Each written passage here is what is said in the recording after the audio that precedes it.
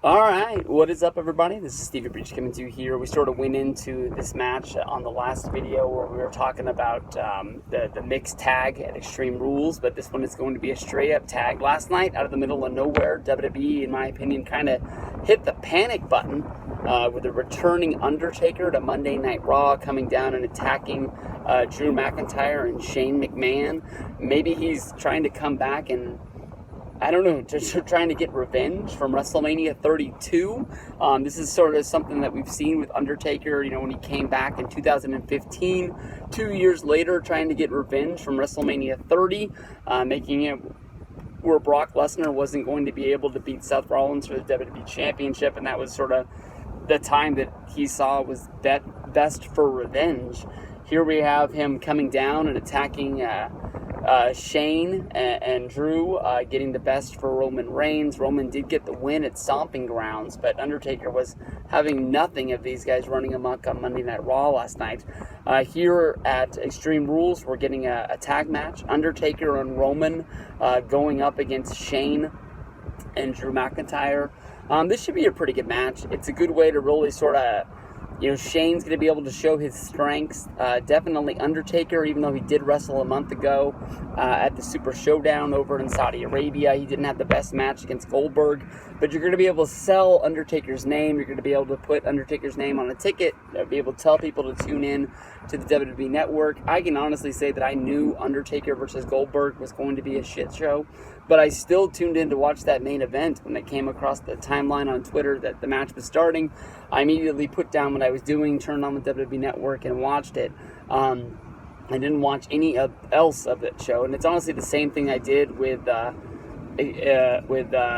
Stomping Grounds. I only watched the main event because I saw on Twitter that it was starting, and I turned it on the WWE Network because I guess I wanted to follow along what was going down in the main event.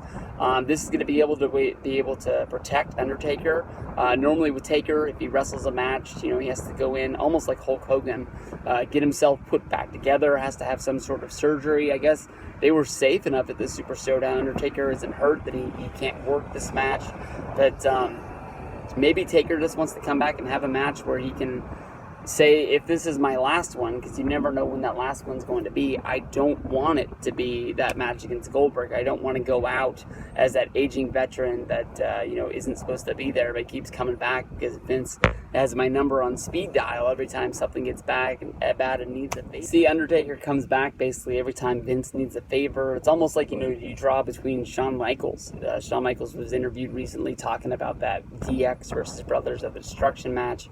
I think that was in Australia, and I can't remember. It was just one of those shows where they'd go out, and Shawn even said that he doesn't count that as a coming out of retirement match because it was just him doing a favor because he was asked, and it was basically just a glorified house show. Even though he did go out and wrestle, he doesn't want people to remember that, and it is what it is.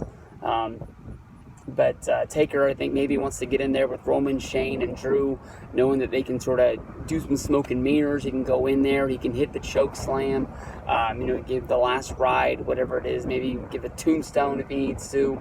And if he has to get rolled up for the pin, it is what it is. Or maybe he just double pins somebody with Roman, and it's almost like going back and just trying to give Roman that extra push.